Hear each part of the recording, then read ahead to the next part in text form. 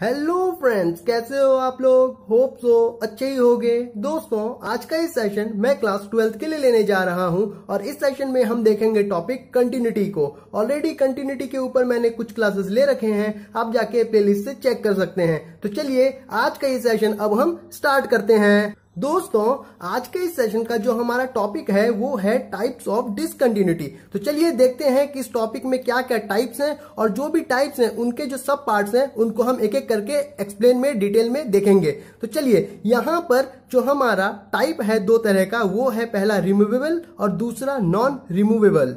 तो यहाँ पर जो हमारा रिमूवेबल है ये यहाँ पर दो सब पार्ट्स में डिवाइड हो गया है। पहला है मिसिंग पॉइंट, दूसरा है आइसोलेटेड पॉइंट। उसी तरह यहाँ पर नॉन रिमूवेबल जो है तीन सब पार्ट्स में डिवाइड है। पहला है फाइनाइट टाइप, दूसरा इनफाइनाइट टाइप और तीसरा है ऑसिलेटेड टाइप। तो यहाँ पर चलिए, हमने जब यहाँ पर देख लिया किस तरह यहाँ पर पार्ट में डिवाइड और उस पार्ट्स के भी कैसे कैसे सब पार्ट्स हैं, अब क्या करते हैं हम एक एक करके सभी को डिटेल्स में देखते हैं।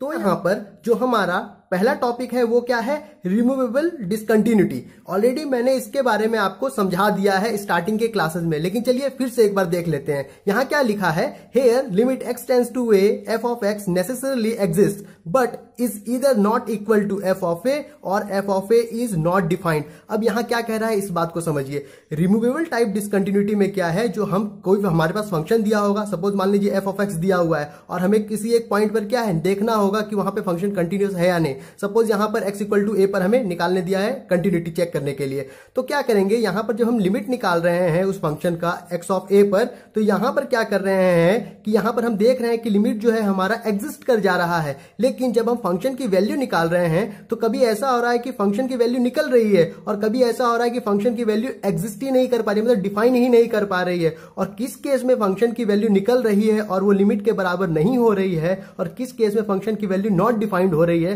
वो अभी हम देखेंगे आगे। लेकिन बस आप इतना समझ लीजिए जो मैंने अभी आपको कहा और इसे ध्यान में रखे रहिए। अब चलिए आगे कह रहा है, it is therefore possible to redefine the function in such a manner that limit x tends to a f of x equal to f of a and thus makes the function continuous. और यहाँ पर removable type of discontinuity में क्या है, हमारे पास यहाँ पर जो फंक्शन गिवन है, अगर मान लीजिए सपोज कोई पॉइंट है उस पर अगर फंक्शन डिसकंटिन्यूअस हो रहा है तो हम उस गिवन फंक्शन को वापस से रीडिफाइन कर सकते हैं उसी पॉइंट पर कंटिन्यूअस बनाने के लिए।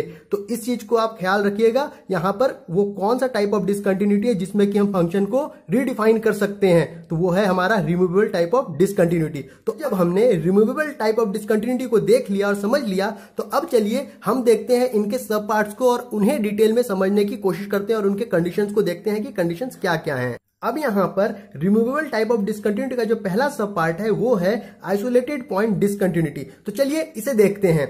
यहां पर कह रहा है इसमें कि यहां पर limit tends to a f of x exists and f of a is defined but limit x tends to a f of x not equal to f of a। अभी हमने देखा था क्या कंडीशन कि यहाँ पर फंक्शन की value कभी निकल जाएगी और कभी क्या होगा, वहां पर एग्जिस्ट ही नहीं करेगी, मतलब डिफाइन ही नहीं होगी। तो वो केस जिसमें कि फंक्शन की वैल्यू निकल रही है लेकिन लिमिट के बराबर नहीं हो रही है, वो क्या है, वो केस है हमारा आइसोलेटेड पॉइंट डिसकंटिन्यूटी का केस। तो आप क्या करेंगे, इस कंडीशन को आप ध्यान में रखेंगे। क्या है, ऑब्जेक्टिव टाइप में पूछ सकता है, एक एक नंबर के लिए, दो दो नंबर के लिए, है ना। तो आप इस चीज को ध्यान में रखेंगे कि आइसोलेटेड पॉइंट डिसकंटिन्यूटी के अंदर क्या है, जब हम यहाँ पर जो हमारा गिवन फंक्शन है और एक पॉइंट पर जिस पर हमें क्या है कंटिन्यूटी चेक करने दी है, उस पर हम लिमिट की वैल्यू निकालेंगे तो वहां पर लिमिट की वैल्यू क्या होगा, एग्जिस्ट कर जाएगा। वहां पर फंक्शन की वैल्यू निकालेंगे वो भी डिफाइन हो जाएगा, लेकिन वहां पर लिमिट की वैल्यू और फंक्शन की वैल्यू आपस में क्या है, उस गिवन पॉइंट पर इक्वल नहीं होंगी। तो इस चीज का आप ख्याल रखिए। अब चलिए यहां पर सपोज मैं मान लेता हूं कि जो हमारा फंक्शन का लिमिट का वैल्यू निकला है वो यहां पर क्या है, कुछ p के बराबर है और यहां पर जो फंक्शन का वैल्यू है उस गिवन पॉइंट पर वो निकला है कुछ q।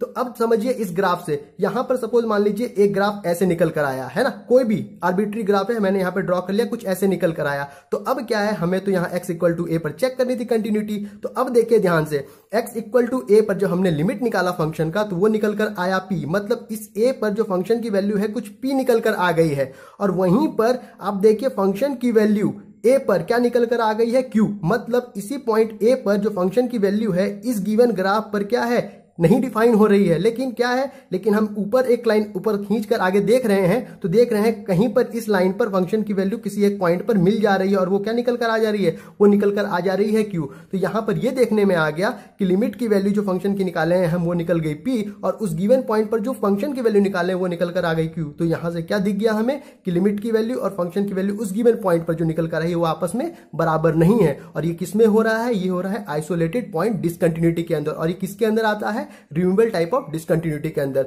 अगर आपको इतना समझ में आ गया तो चलिए अब आगे चलते हैं।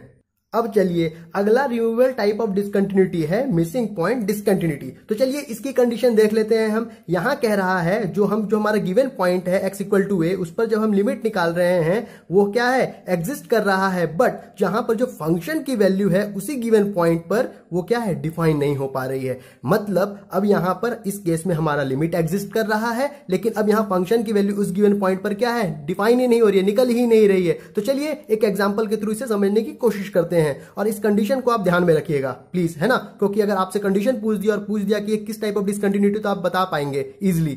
चलिए यहां पर हमारे पास कोई फंक्शन गिवन है f of x equal to x squared minus 4 divided by x minus 2 और यहां पर बोल रहा है x जो है 2 के बराबर नहीं होनी चाहिए। अब ध्यान से अगर यहां पर इस फंक्शन में हम 2 डायरेक्टली सब्सटीट्यूट कर ले तो समझिए बात, यहां पर 2 पुट करेंगे तो 2 का स्क्वायर 4 यानी 4 माइनस 4 0। चलिए अगर न्यूमरेटर 0 हो गया तो एक पल के लिए ठीक है, लेकिन यहीं पर यहां ध्यान दीजिए डिनोमिनेटर में यहां अगर 2 रख देंगे हम तो 2 माइनस 2 हो जाएगा 0 और डिनोमिनेटर भैया अपना 0 नहीं होना चाहिए, क्योंकि अगर डिनोमिनेटर 0 हो गया तो वैल्यू इन्फिनिटी को टेंड्स कर जाएगी, मतलब वैल्यू डिफाइन ही नहीं होगी। तो इसीलिए क्या बोल रहा है यहां पर x की वैल्यू क्या है, 2 नहीं होनी चाहिए। और यहां पर जो हम फंक्शन हमारे पास दिया है इसकी वैल्यू हम क्या है, 2 पर नहीं निकाल सकते हैं, यानी फंक्शन की वैल्यू जो है गिवन पॉइंट 2 पर डिफाइन नहीं होगी। लेकिन अगर हम यहां से लिमिट की वैल्यू निकालनी चाहें यहां पर x इक्वल टू 2 पर, है ना, जो हमारा गिवन पॉइंट है x इक्वल टू 2 उस पर अगर हम लिमिट की वैल्यू निकालना चाहें तो यहां पर इजीली हम निकाल पाएंगे। क्यों, देखिए एक्स स्क्वायर माइनस 4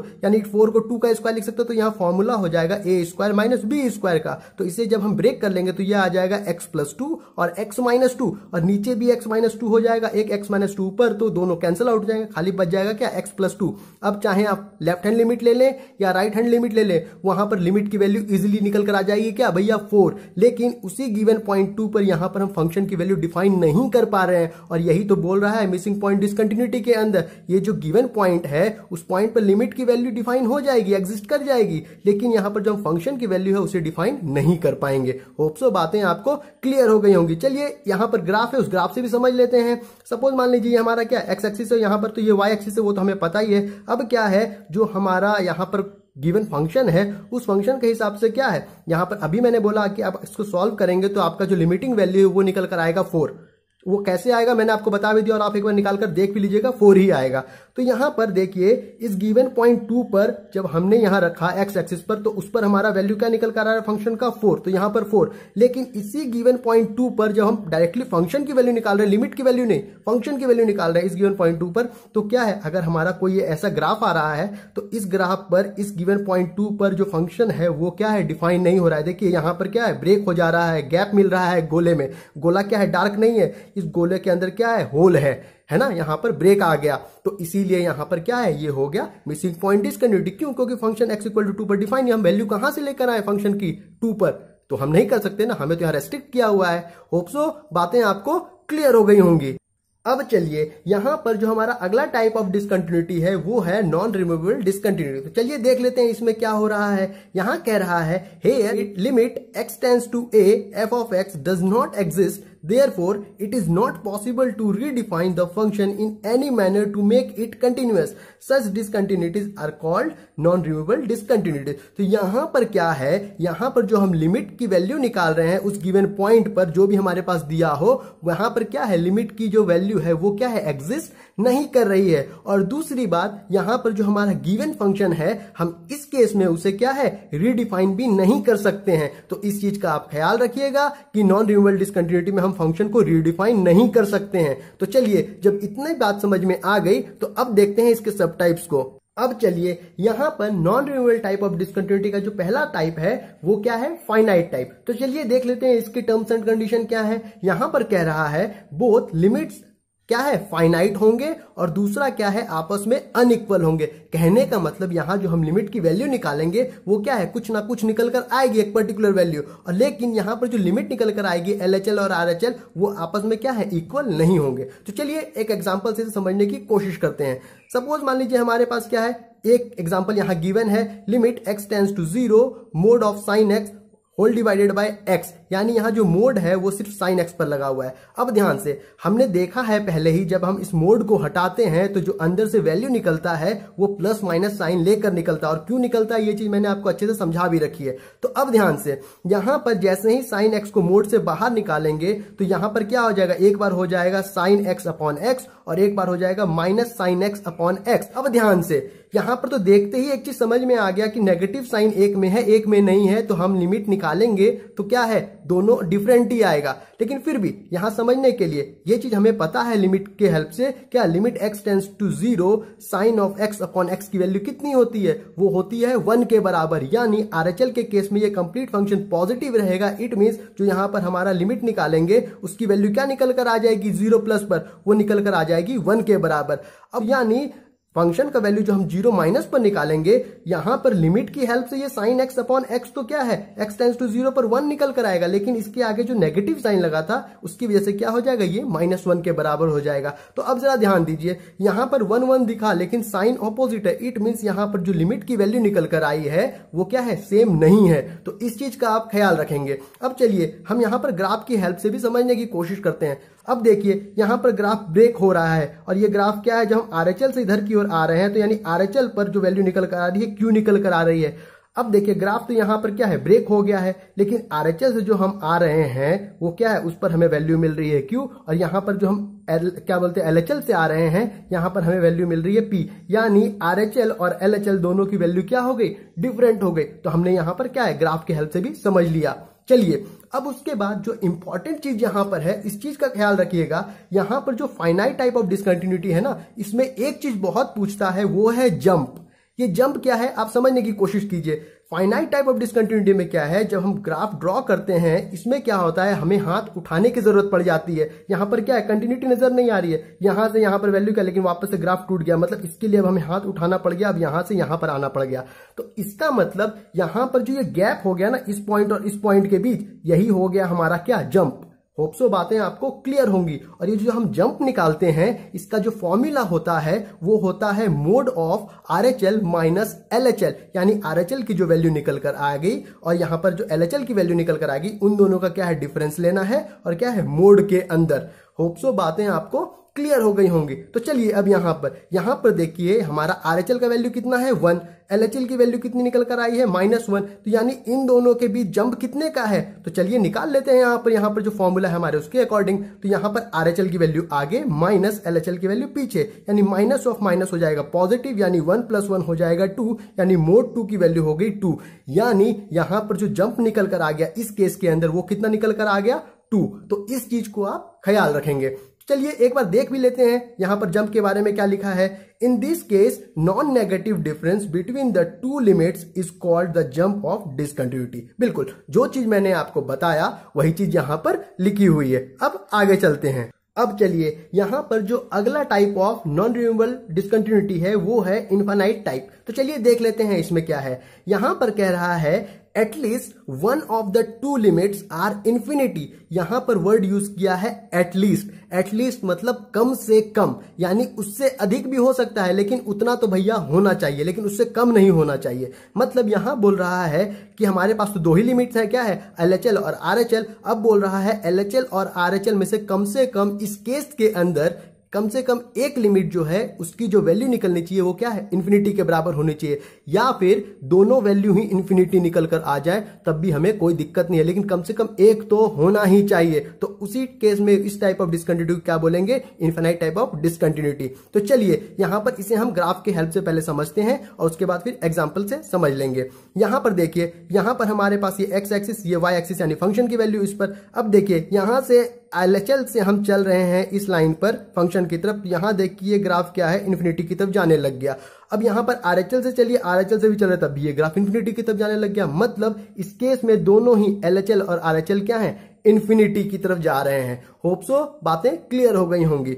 अब चलिए इस केस में देख लेते हैं। इस केस में क्या है, जब हम क्या बोलते हैं LHL से जा रहे हैं इस फंक्शन की लाइन के ऊपर, तो यहां देख रहे हैं LHL से हमें वैल्यू मिल रहा है, यानी LHL यहां एग्जिस्ट कर जा रहा है। लेकिन वहीं जब हम RHL की तरफ देख रहे हैं, तो RHL से जब हम इस फंक्शन की वैल्यू की तरफ जा रहे हैं, तो वापस से क्या देख रहे हैं, यहां पर इन्फिनिटी हो गया। और यहाँ कंडीशन क्या बोला है, कम से कम एक हो भी गया, क्या बोलते हैं, इन्फिनाइट। तो भैया वो क्या है, इन्फिनाइट टाइप ऑफ डिसकंटिन्यूटी में आ जाएगा। मतलब ये भी आ जाएगा क्योंकि यहाँ एक तो इन्फिनिटी हो गया, इस केस में दोनों ही इन्फिनिटी हो गए, तो ये भी आ जाएगा क्योंकि एटलीस्ट बोला है दोनों हो जाए तब भी चलेगा, एक हो तो भी चलेगा। अब ध्यान से अब इस ग्राफ पर नजर डालिए। इस ग्राफ में क्या है, इस ग्राफ में सपोज मान लीजिए x इक्वल टू a का लाइन ये वाला है ना, कुछ पॉइंट ये वाला है। इस पर क्या है, जब हम इस LHL से टेंड कर रहे हैं इस लाइन की तरफ, फंक्शन के वैल्यू की तरफ, तो यहां पर देख रहे हैं ये वैल्यू क्या है, इन्फिनिटी की तरफ जा रहा है। और वापस से यहाँ RHL से भी देख रहे हैं इस फंक्शन की तरफ, तो देख रहे हैं ये वैल्यू वापस से इन्फिनिटी की तरफ जा रहा है। लेकिन अब ध्यान से यहां पर क्या है, जब हम LHL की ओर से चलकर जा रहे हैं, तो ये वैल्यू क्या है, पॉजिटिव एक्सिस के ऊपर क्या है, इन्फिनिटी की तरफ जा रहा है। लेकिन जब हम RHL से यहां पर चलकर आ रहे हैं, तो ये क्या है, ये नेगेटिव एक्सिस पर इन्फिनिटी की तरफ जा रहा है। मतलब LHL के केस में ये वैल्यू जो है पॉजिटिव इन्फिनिटी है, और RHL के केस में क्या है, ये वैल्यू क्या है, नेगेटिव इन्फिनिटी है। इसीलिए यहां क्या लिखा है, f ऑफ a माइनस क्या है, प्लस इन्फिनिटी है, और f ऑफ a प्लस क्या है, माइनस इन्फिनिटी है। लेकिन ध्यान से है तो दोनों इन्फिनिटी ही, पॉजिटिव हो या नेगेटिव, लेकिन है तो इन्फिनिटी। इसीलिए ये केस भी क्या हो जाएगा, वो आ जाएगा क्या, इनफाइनाइट टाइप ऑफ डिसकंटिन्यूटी के अंदर। होप सो बातें आपको क्लियर हो गई होंगी। तो अब चलिए यहां पर एक एग्जांपल दिया है, f of x equals to x upon 1 minus x at x equal to 1। आप क्या है, निकालना आता ही होगा ना आपको लिमिट। आप एक बार इसको लिमिट निकाल कर देखिएगा, आपको यहां पर निकल कर दिख जाएगा क्या है कि जो यहां पर हमारा RHL पर जो गिवन पॉइंट है, उस पर जो वैल्यू निकल कर आ रही है वो क्या है, माइनस इन्फिनिटी निकल कर आ जा रही है। और क्या है, यहां पर LHL पर जो वैल्यू निकल कर आ रही है वो यहां पर प्लस इन्फिनिटी निकल कर आ जा रही है। होप सो बातें क्लियर हो गई होंगी आपको। वापस से मैं बोल रहा हूं, आप क्या है, यहां पर जो भी वैल्यू दिया है यहां पर, उसको आप निकाल कर देखिए लिमिट, और यहां से मैच करके देखिए कि यहां पर जो हमारा जो RHL पर वैल्यू निकल कर आ रहा है वो माइनस इन्फिनिटी है, और यहां पर जो LHL पर वैल्यू निकल कर आ रहा है वो हमारा प्लस इन्फिनिटी है। और आप मैच कर लीजिएगा और देख लीजिए, यहां पर माइनस इन्फिनिटी, यहां पर प्लस इन्फिनिटी, भैया है तो इन्फिनिटी, इसीलिए क्या है, वो इसके अंदर आ गए। अब ध्यान से, अब हमारा जो दूसरा एग्जाम्पल है वो क्या है, यहां पर जो फंक्शन दे रखा है वो दे रखा है 2 to the power 10x at x equal to pi by 2। अब ध्यान से यहां पर हमें निकालना है LHL और RHL की वैल्यू, और उन दोनों में से कोई भी एक वैल्यू इन्फिनिटी हो गया तो भैया वो इस कैटेगरी में आ जाएगा। तो चलिए एक बार समझने की कोशिश करते हैं। अगर हम इस पाई बाई 2 पे RHL निकालने की कोशिश करें, राइट हैंड लिमिट, तो यहां पर पाई बाई 2 की वैल्यू x की जगह सब्सटीट्यूट करेंगे तो हमें पता है क्या, 10 पाई बाई 2 कितना होता है, वो तो भैया इन्फिनिटी होता है। अब ध्यान से, जैसे हम यहाँ पे पाई बाई 2 पुट करेंगे तो यानी पाई बाई 2 प्लस h पुट करेंगे, क्यों, क्योंकि h टेंस टू 0 कर लेते थे, यानी x की जगह अब हो जाएगा क्या, पाई बाई 2 प्लस h, यानी पाई बाई 2 से कुछ अधिक। यानी वो जैसे ही हम पाई बाई 2 से कुछ अधिक करते हैं तो 10 किस क्वाड्रेंट के अंदर चला गया, 10 चला गया हमारा सेकंड क्वाड्रेंट के अंदर। और सेकंड क्वाड्रेंट में जो 10 की वैल्यू होती है वो क्या होती है, निगेटिव होती है, यानी नेगेटिव वैल्यू हो गई। एक तो वो बात खत्म हो गया। अब क्या है, जब h टेंस टू 0 पुट कर देंगे उसकी जगह, तो यहां पर वापस से आ जाएगा क्या, 10 पाई बाई 2। तो अब ध्यान दीजिए, यहां पर जो हमारा वैल्यू हो जाएगा वो हो जाएगा 10 क्या, पाई बाई 2। यानी अगर हम एक तरह से ध्यान दें तो यहां तो 10 पाई बाई 2 हो गया, लेकिन इसके आगे एक साइन और आ जाएगा नेगेटिव। क्यों, क्योंकि पाई बाई 2 प्लस h जो है सेकंड क्वाड्रेंट में चला गया था, यानी जो कंप्लीट वैल्यू यहां हो गई 2 to the power minus 10 pi by 2, और इस 10 पाई बाई 2 पर वैल्यू हो जाएगी इन्फिनिटी। तो ये वैल्यू यहां क्या हो जाएगी, ये वैल्यू हो जाएगी यहां 2 to the power minus infinity. और जैसे ही यहां माइनस इन्फिनिटी है तो हम इसे जब कन्वर्ट करेंगे तो ये हो जाएगा 1 by 2 to the power infinity, यानी 2 टू दी पावर इन्फिनिटी की वैल्यू क्या, इन्फिनिटी हो गई, यानी 1 बाय इन्फिनिटी की जो वैल्यू है वो कुछ हो जाएगी 0 के बराबर। इसीलिए यहां पर जो हमारा f of pi by 2 plus यानी RHL निकल कर आ रहा है उसकी वैल्यू यहां क्या आ गई, 0 आ गई। होप सो बातें आपको क्लियर हो गई होंगी जो मैंने कहा। अब उसी तरह यहां पर क्या है, LHL का केस है, सॉरी यहां पर क्या है, LHL का केस है। अब उसी तरह तो यहां पर LHL के केस में क्या होगा, अब हमें x की जगह सब्सटीट्यूट क्या करना होगा, π/2 माइनस h, यानी π/2 से कम, यानी π/2 से कम किस क्वाड्रेंट में आता है, वो आता है भैया हमारा फर्स्ट क्वाड्रेंट में। और फर्स्ट क्वाड्रेंट में तो सारे ट्रिग्नोमेट्रिक रेशियोज क्या होते हैं, पॉजिटिव होते हैं, तो यहां पर 10x भी क्या हो जाएगा, पॉजिटिव हो जाएगा। अब चलिए अब वापस से h क्या है, 0 पुट कर देंगे, तो π/2 माइनस h था, तो π/2 माइनस 0, यानी π/2 माइनस 0 क्या है, π/2 ही हो जाएगा, यानी 10 π/2 की वैल्यू अब क्या हो गई, इन्फिनिटी। यानी अब यहां पर जो वैल्यू निकल कर आ जाएगा वो आ जाएगा 2 टू द पावर इन्फिनिटी। किस केस में, LHL के केस में, यानी 2 टू द पावर इन्फिनिटी की वैल्यू तो भैया इन्फिनिटी ही हो जाएगी।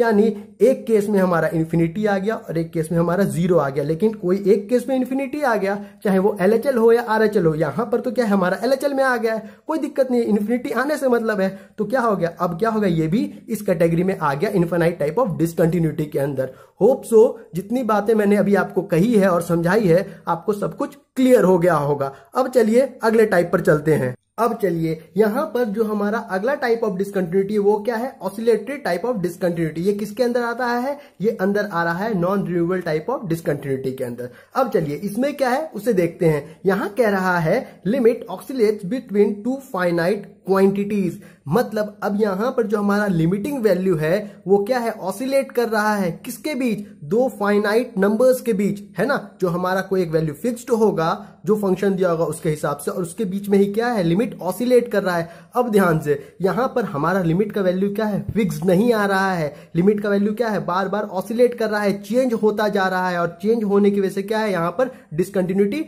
क्रिएट हो जा रही है। यहाँ पर जो हमारा फंक्शन गिवन है वो क्या गिवन है, f of x equal to sine pi by x at x equal to 0। यानी अब हमें x इक्वल टू 0 पर चेक करनी है हमें क्या, कंटिन्यूटी इस फंक्शन की, कि ये फंक्शन कंटिन्यूस है या डिसकंटिन्यूस है। तो चलिए यहां पर देखिए, जैसे ही हमें यहाँ x इक्वल टू 0 दिखा, हमें यहाँ पे फंक्शन पर नजर पड़नी चाहिए कि x भैया क्या है, यहाँ पर डिनोमिनेटर में है। तो यानी अगर हम यहाँ पर x की वैल्यू 0 पुट कर देंगे तो यहाँ पर पाई बाय 0 हो जाएगा इन्फिनिटी, यानी साइन क्या हो जाएगा, साइन इन्फिनिटी। अब ध्यान से सुनिए, अब यहां पर हमें पता है कि साइन का एंगल कितना भी बड़ा हो जाए, जो इसके लिए इसका रेंज फिक्स है वो है -1 to 1।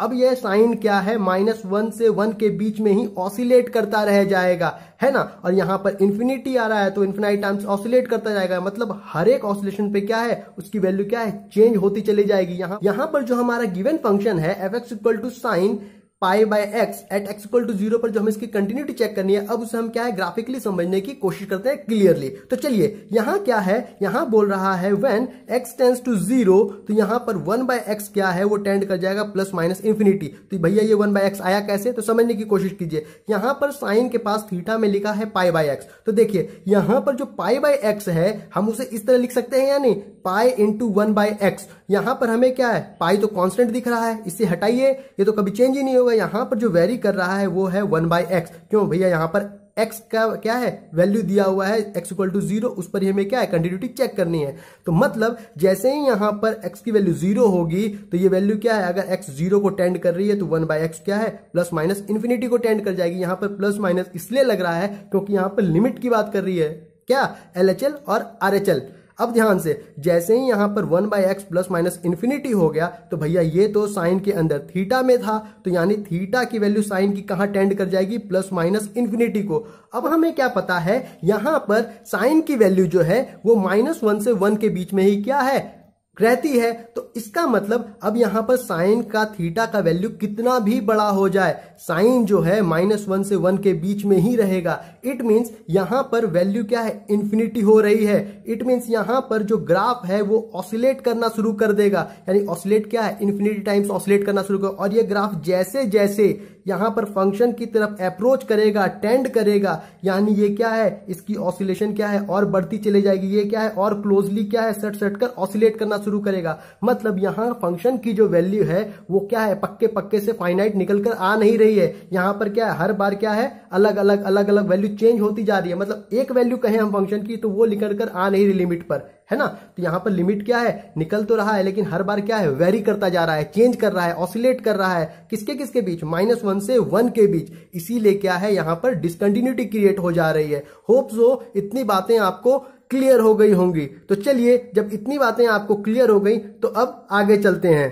अब चलिए, यहां पर हमारे पास एक क्वेश्चन गिवन है, उसे देख लेते हैं। यहां पर हमारे पास फंक्शन गिवन है, क्या बोल रहा है यहां पर, cos इनवर्स ब्रैकेट में दिया है cot x, और यहां पर x लेस देन क्या है π/2, और दूसरा क्या दिया हुआ है पाई, ग्रेटेस्ट इंटीजर फंक्शन दिया है x -1, और यहां पर दिया है x greater than equal to π/2। मतलब यहां पर LHL के लिए जो हमें फंक्शन का यूज करना है वो ऊपर वाला फंक्शन करना है, और यहां पर फंक्शन पर वैल्यू, और RHL के लिए जो हमें फंक्शन यूज करना है वो नीचे वाला करना है। और हमें निकालना क्या है यहां पर, जंप ऑफ डिसकंटिन्यूटी। ध्यान से, यहां पर जंप हमारा निकलता है दोनों लिमिट्स के बीच का डिफरेंस। तो यहां पर आप फंक्शन की वैल्यू अब ना निकालने लग जाइएगा, जो यहां पर गिवन पॉइंट है उस पर। हमें यहां फंक्शन की वैल्यू से कोई काम नहीं है, हमें जो काम है वो है हमें लिमिट से। तो चलिए यहां पर हम LHL और RHL दोनों निकाल लेते हैं। तो पहला क्या है, LHL निकाल लेते हैं। तो LHL में क्या हो जाएगा, जरा ध्यान से देखिए। LHL में हो जाएगा लिमिट x टेंस टू π/2, यहां पर माइनस लग जाएगा, है ना, LHL के केस के लिए। और यहां पर फंक्शन हमारा क्या गिवन है, यहां पर cos इनवर्स, यहां हो जाएगा cot x।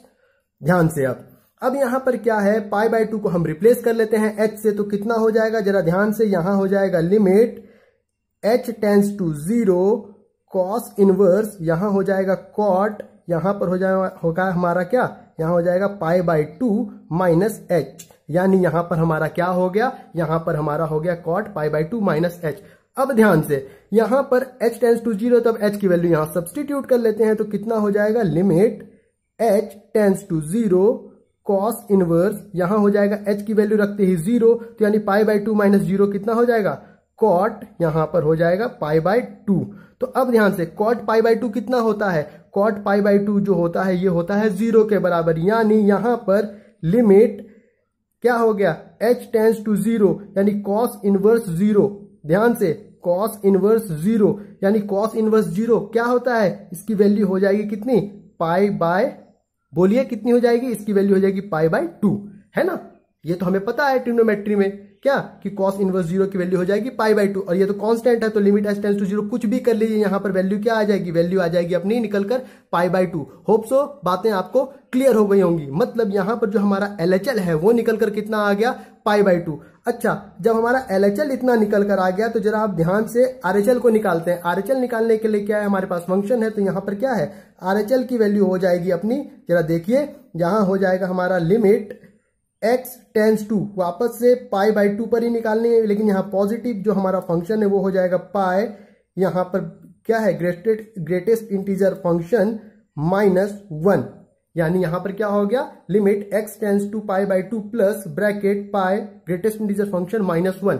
तो अब ध्यान से, हमें वापस से रिप्लेस करना है, तो रिप्लेस कर लेते हैं, लिमिट h टेंस टू 0, यहां हो जाएगा हमारा कितना, पाई, और इसके अंदर हो जाएगा π/2 प्लस h -1, यहां पर ब्रैकेट क्लोज।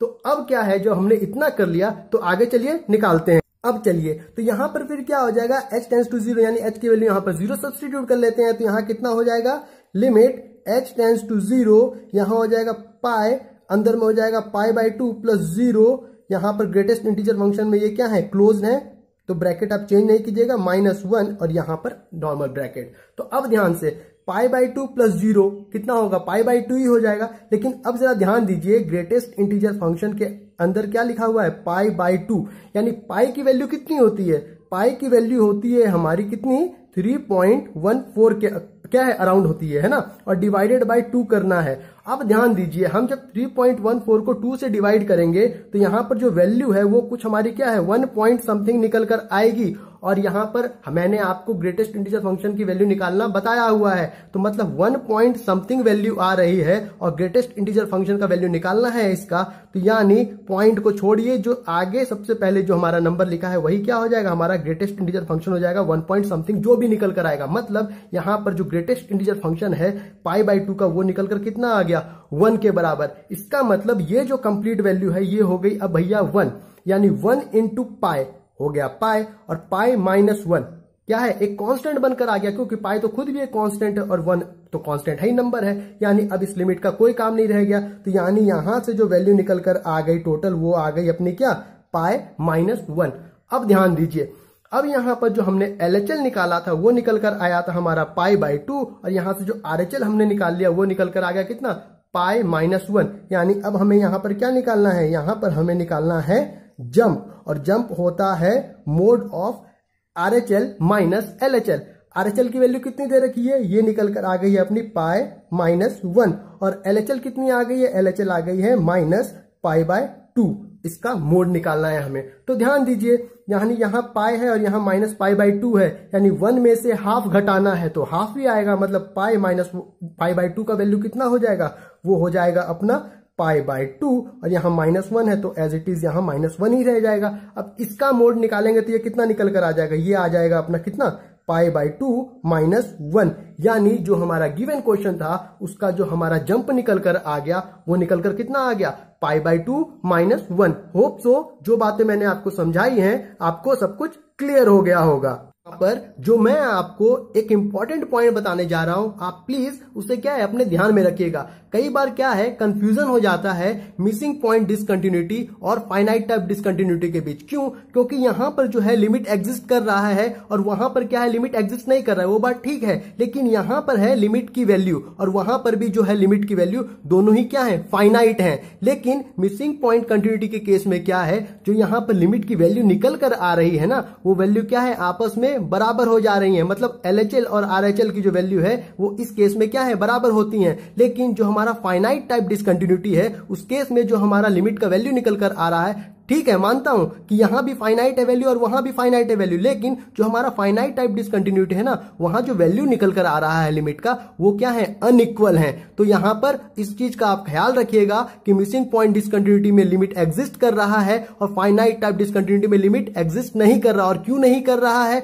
वैल्यू आने के बाद भी दोनों की यहां पर इस केस में मिसिंग पॉइंट डिसकंटिन्यूटी के केस में वैल्यू क्या है इक्वल हो जाते हैं LHL और RHL के, और वहां पर जो लिमिट की वैल्यू है निकलने के बाद इक्वल नहीं होती हैं। तो इस चीज को आप क्या है ध्यान में रखिएगा। अब चलिए आगे देखते हैं। अब चलिए यहां पर आपको एक क्वेश्चन दिख रहा होगा, मैं इस क्वेश्चन को आपको एज अ होमवर्क देना चाहता हूं, लेकिन फिर भी इस क्वेश्चन को मैंने क्या है कुछ स्टेप सॉल्व कर लिया है जिससे क्या है आपको हिंट मिल सके। तो आप इस क्वेश्चन को क्या है खुद से एक बार ट्राई कीजिएगा और कमेंट में मेंशन कर दीजिएगा कि आपसे ये क्वेश्चन सॉल्व हुआ या नहीं। तो चलिए आज के इस सेशन में बस इतना ही। अगर मेरा ये वीडियो आपको पसंद आया तो अपने फ्रेंड्स को बताएं कि यहाँ अच्छे से पढ़ाई हो रही है, वीडियो को शेयर करें, मेरे चैनल को सब्सक्राइब करें, वीडियो पर कमेंट करें, लाइक करें। तब तक के लिए थैंक यू।